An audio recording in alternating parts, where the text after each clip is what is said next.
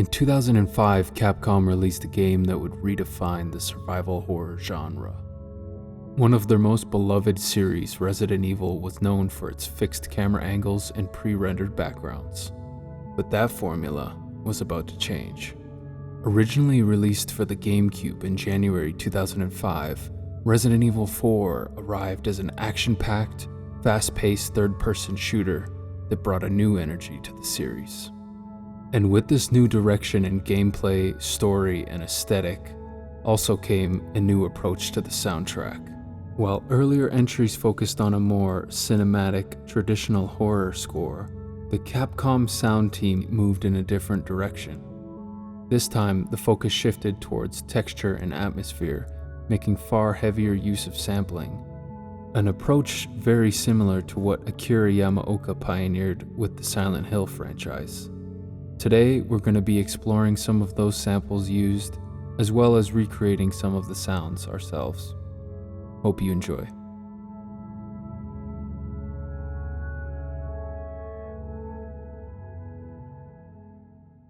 What is up, everyone? Silent Haven here. Hope you guys are doing well. Welcome back to the channel. Today, we're going back to 2005. We're going to be checking out some of the sounds from Resident Evil 4. I was wondering if you might recognize a girl in this photograph? ¿Qué carajo estás haciendo aquí? ¡Lárgate, cabrón! Sorry to have bothered you. By the time this video's out, Resident Evil 9 is out already. So I figured, why not continuing this series that I started? I've done Resident Evil 1, I did 2, and now I'm doing 4, all right? The continuation of Leon's story. So go check those videos out if you haven't already. I'll leave a link. We're going to Europe with Leon.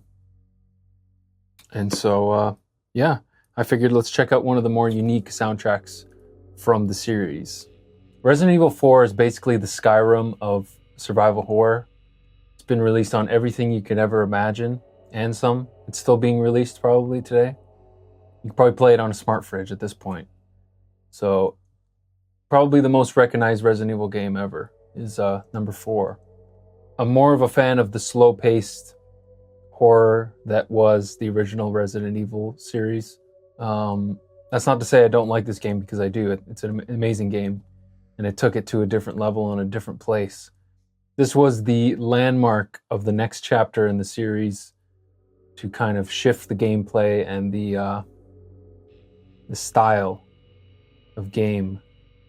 For better or for worse, I mean, it kind of went to the gutter, but they had to change it up. It was kind of the same thing over and over again, and I guess, you know, it needed a change, and that's what this game was. So along with the big changes in gameplay came big changes with the audio as well. We tackled this project with an awareness of how different the music backing these unknown enemies would have been from the slow tempo dark music that accompanied the zombies in earlier games. As usual, we were asked at the beginning to compose with a horror feel. But looking at the visuals, I saw the forms of enemies that looked like humans running and attacking. And the settings were villages and forests in broad daylight. The kinds of horror music used in the rest of the series wouldn't work here. We needed something that was neither orthodox nor modern horror music. We needed a horror music that would have some of the earthy, rooted but strange feeling of this place, which has been around for so long. But what would that be? And I think that's a great way to approach a soundtrack. I mean, whatever is best for the project is the way to go, regardless of the history. But that's not to say they don't still have the tones and elements that make a Resident Evil soundtrack what it is. Yeah, earthy, rooted, strange feeling. That really comes across in the soundtrack. I mean, with the textures used, it's... If you want to use the track Serenity as an example, everyone knows that's the track everyone thinks about when they think of Resident Evil for the most part. And that one definitely gives like a drug-induced, strange, eerie feeling that is so unique. I think there was some controversy. I remember seeing a video. I'm not able to find it now, but I watched a video of someone talking about the controversy for the track Serenity. And I thought that was pretty interesting because it's just straight up the sample. Like the song is about 70% just the sample pitched down by 1 octave. So I think that's pretty interesting and pretty funny. And I get it. Like I've worked with samples a lot throughout my life as a musician. And sometimes you just hear a sample, like whether you're making a song or a beat or whatever it is, and it just works. You're like, I don't want to change it. You just leave it as it is, right? You don't even have to touch it. So I get that. And especially that sample is just so, it just embodies Resident Evil, obviously at this point because we know it for that, but it just embodies Resident Evil 4 to a T. Like that gloomy, depressing vibe of the location. It just lives in that sample, but it's pretty funny. And I think there was a comment made by David Torn on the use of that sample, because it has been used in other media as well, just straight up using the sample, which depending on the sample CD you use, I know there's sometimes some laws in place or copyright. You can't just straight up use the sample. You got to at least do something with it to make it different from the initial sound. But yeah, I just thought that was interesting. I thought I'd add that in there. But yeah, pretty cool to see some more information on the soundtrack, because with the other games, there's not much out there. So 2 people are credited for the soundtrack on this. I'm not going to try and butcher the name, all right? Those are our 2 credited composers for this soundtrack. And so just to go over a couple of the sounds and samples that I was able to track down via the internet. First, we'll just go into the gear I used. So once again, I'm using the VST version of the XV5080, but with some of this expansion cards, the SRX Orchestra specifically. In the making of documentary for Resident Evil 4, in the background you can see the XV5080, or at least it looks like it. So that's why initially I thought, okay, that's what they're using. So for some of the sounds I used that, and then after doing some more research online, I saw that they were using the Atmosphere program by Spectrasonics, which was, I guess, kind of the early form of Omnisphere, if I'm not mistaken. Omnisphere 2 does come with Atmosphere, the libraries and presets from Atmosphere. So I use that, and then a whole plethora of sample CDs. So I can put on screen the ones I know of that were used, or at least from what I use today. But there was also some that I couldn't get my hands on. Just because Serenity was a straight up usage of the sample does not discredit their talent in this soundtrack whatsoever, of being able to layer samples and create something great from them, because there's a lot of good soundtrack ambience on this. Yeah, I guess we'll just jump in. Make sure you guys subscribe if you're not already. All right, guys, let's get into it. All right, we're in Ableton, and the first track we're gonna do is Serenity. It's definitely the most recognized track from the soundtrack, so if you're a fellow sample hunter, you know this sample, all right? To Burble and Pine, let's just hear the original sample, and then I'll play it the way it's played in the track. Here's just the raw sample on its own.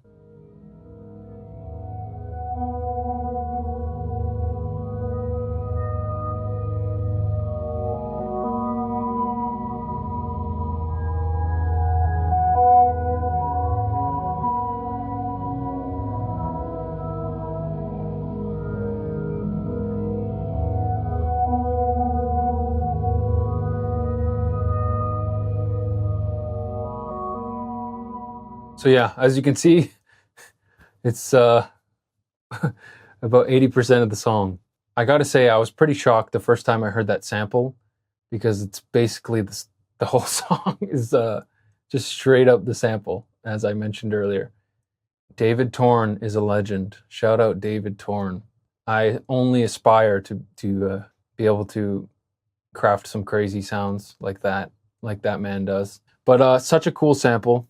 I'm going to replay the sample as it's played in the track, which is just literally a step down.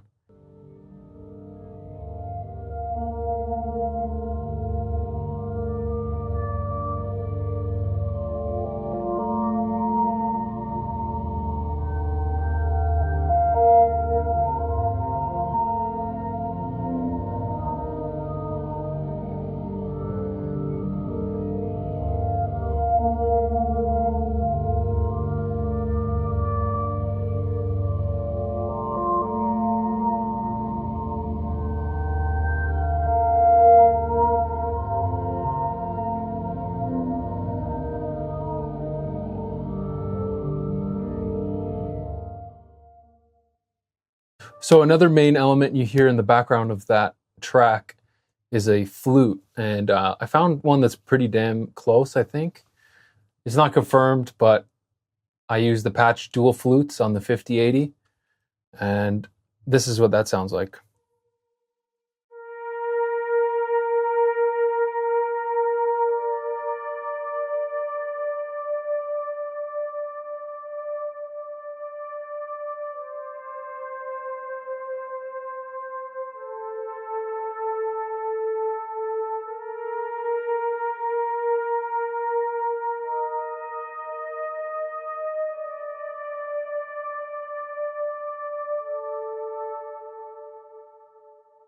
So yeah, something like that. I'm probably a little off here, but once it's in the mix, I think it sounds pretty damn close to the original. So yeah, kind of cool. So that's what I found from Serenity. All right, next up we're going to do the Saveroom, all right? This is another iconic Saveroom theme. Definitely one of my favorites. There's pretty much, they're all good in their own respect, but this one's great. And I'm a little conflicted with the harp sound. I don't think it's the one. I read somewhere that it's from Big Fish Audio Celtic sample library, which I don't have, and you can actually purchase that. So yeah, right here, Celtic Instruments. People online are saying this is the one for the harp sound, but I was able to get pretty close with the 5080 using the orchestra expansion. I used a sound called Harp C on its own, just that sound with the internal reverb, and then I just used this channel strip to kind of increase the highs and just give it more of a closer sound.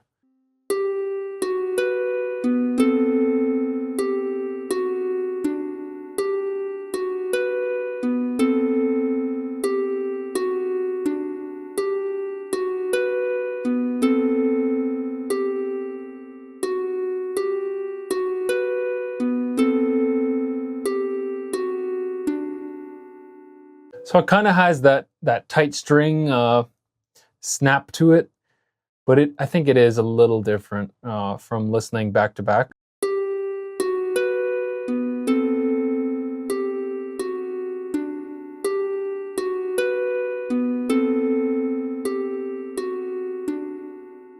But it's pretty close, and I'm happy with how close I got. So if you have the Celtic one, check that one out. That might be it. So, all right. So the kind of choir noise that you hear in the back,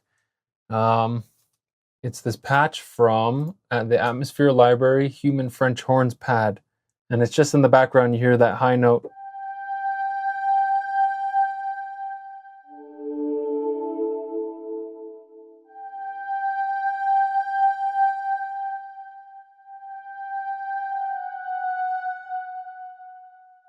I think this one's pretty close. I don't know if it's it might not be it, but there is some other samples going on in this one that I was not able to find.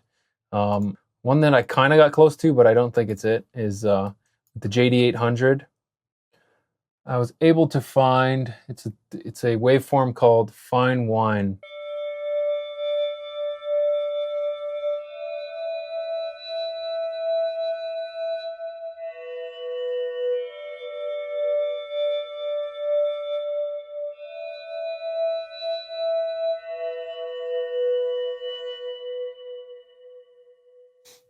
So it's kind of close. I don't know if it's it for sure. It's probably just a sample. You guys be the judge. All right. So now we're doing Echo in the Night is the track on the OST. This one uses a combination of two samples. The first one we're going to go is the first sample you hear, and I'll actually play just the raw sample on its own.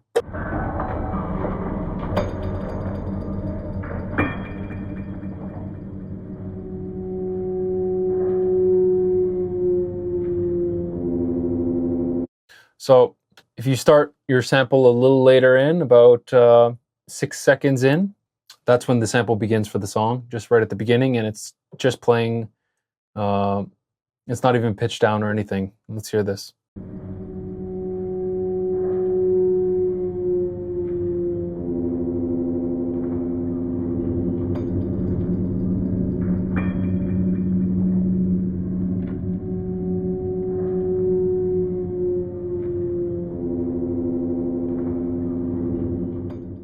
So that's the first part of the sample, and that's playing throughout the track. And then a little further in the track, you hear the introvert eyes, which I'll play that sample. It's just literally the sample. I started a little further in, but here it is.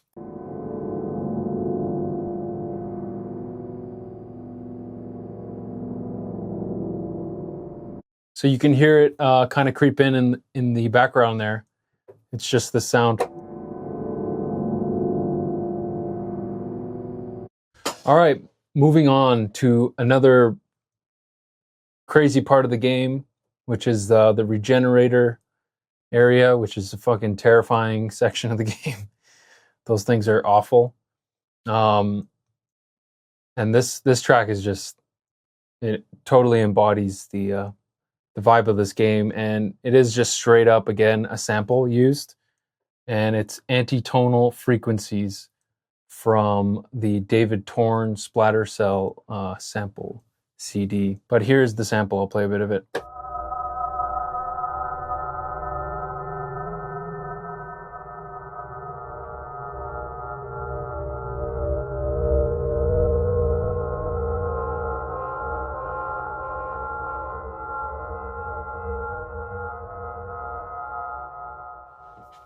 So yeah, it's just straight up the sample playing. But yeah, minus the drums, the beating drums, and the kind of build-up sound it has. That's the main sound of the sample, and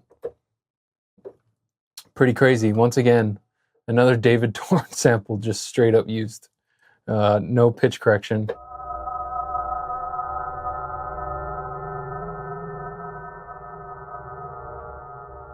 Awesome sample though. Hope you're still here with us.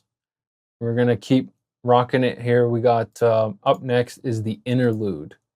So this is another great track. Total Silent Hill vibes on this one. Unfortunately, I wasn't able to find the main sample. I kind of got close with some of these Omnisphere samples that are kind of close to it, but ultimately I wasn't able to find it. So this is the vocal sound you can hear in the background, ambient hum whistle pad.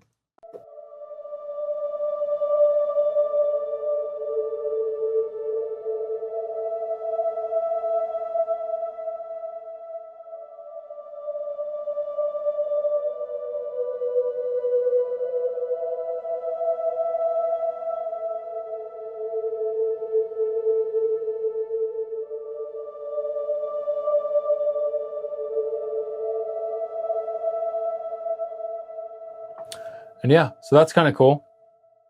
That is from Atmosphere, from Spectrasonics. All right, this is from Novistadors, VSTs, however you want to say it. The sample is from Ghost in the Machine, and it's Hypnosis. And it's just the sample's reversed. I'll play the original sample.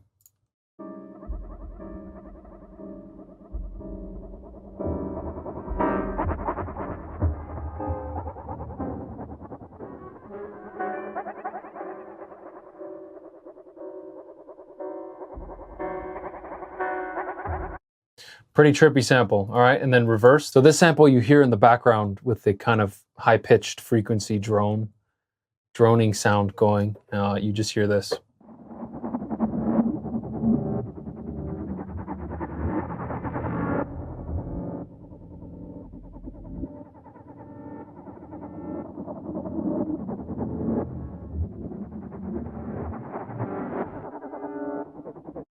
Again, very Silent Hill-esque with this song. All right, this is the track Strange Pasture, which for this one, it's the sample library Ghost in the Machine, 0G again. and the sample is called Fairground 2, and you can hear it throughout the song.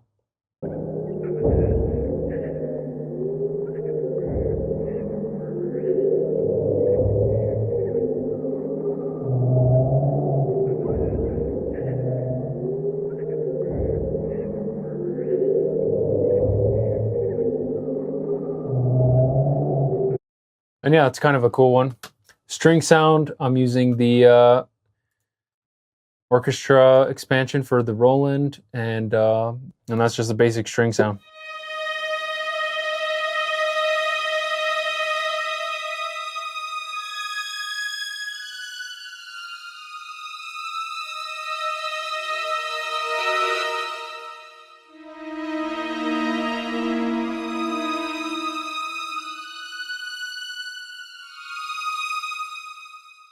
And that's basically it, what I was able to put together for this video in terms of sounds that I did find, and a lot of samples used, as you can see, and there's huge, a whole ton more that I did not get to.